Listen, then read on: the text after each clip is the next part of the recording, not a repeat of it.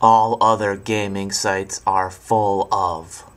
Sound and fury, ultimately signifying nothing. None have survived. You ungrateful monkeys.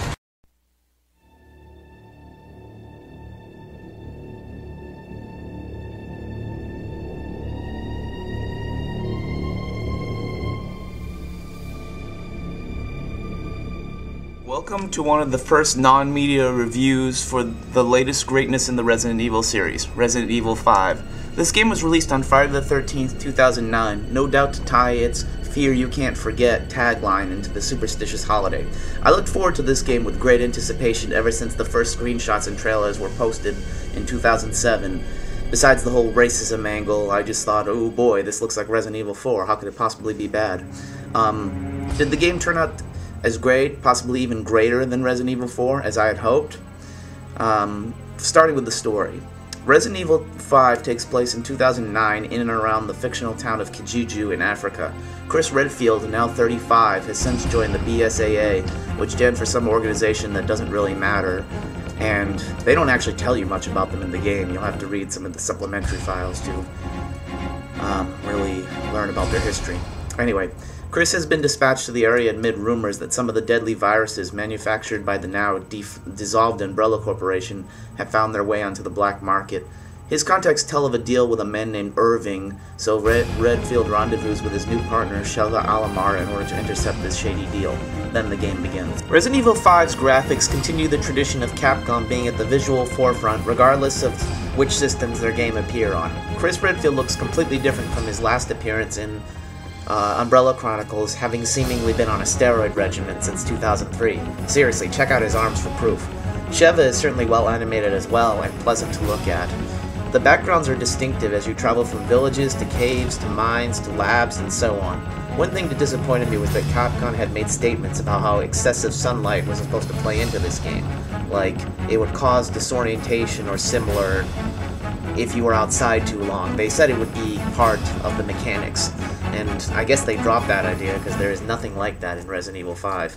It reminds me back in like 2003 when they were talking about Grand Theft Auto San Andreas on the PS2, and they made claims like police could leap on your windshield and you'd have to shoot them off. I don't think that ended up being in the game, and I think they ended up adding it for Grand Theft Auto 4, but only in a limited way. So it's just an example of, they say one thing, and I know it's just to hype up stuff, so I can't get too mad at it. Moving on. Enemies and other creatures have many new sets and lots of new variety in Resident Evil 5. Even though Las Plagas is back, you won't find the infected looking just like the ones in Resident Evil 4, and thanks for that. When it comes to the enemies, Capcom continues Resident Evil 4's simple idea of a mere parasite and makes some rather frightening enemies out of the idea. I especially like the design of the mouth with legs enemies type thing. Anyone who says there is nothing freaky or scary in Resident Evil anymore needs to take a serious look at that thing, whatever the hell it is. The bosses continue to be massive monstrosities that are both grotesque and fun to look at. My favorite is the lake boss later in the game. He looks like a whole mess of past Resident Evil monsters amalgamated into one. A little bit of something from 4, a little bit of something from 3. Totally a great design. Too bad about Nisetu, the giant troll seen in the trailers.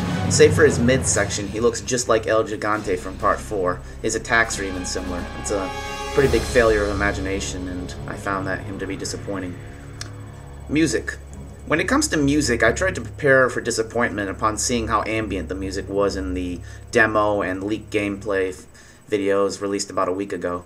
Unfortunately, it turned out to be worse than I had expected. Not only is the music ambient almost exclusively throughout the game, there are far more sections where there is no music at all. As a big fan of video game music, this is a huge disappointment. Even the climax of the game doesn't offer anything that great.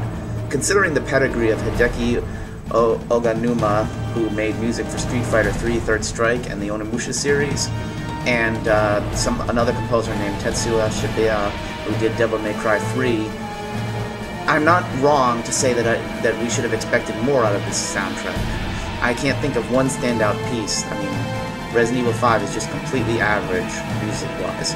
And it's even a bigger disappointment because they hyped it up like they were going to have a full orchestra score for the first time in Resident Evil. Like, one of my friends on Xbox Live said, if they had an orchestra, I sure didn't notice where it was. The sound effects help to compensate for the underwhelming music. Weapons have a great punch to them, indicating their great damage potential, especially some of the hidden ones you can unlock. Enemy grunts and screams, especially as they attack you, are still creepy and a great indicator if they are too close for comfort.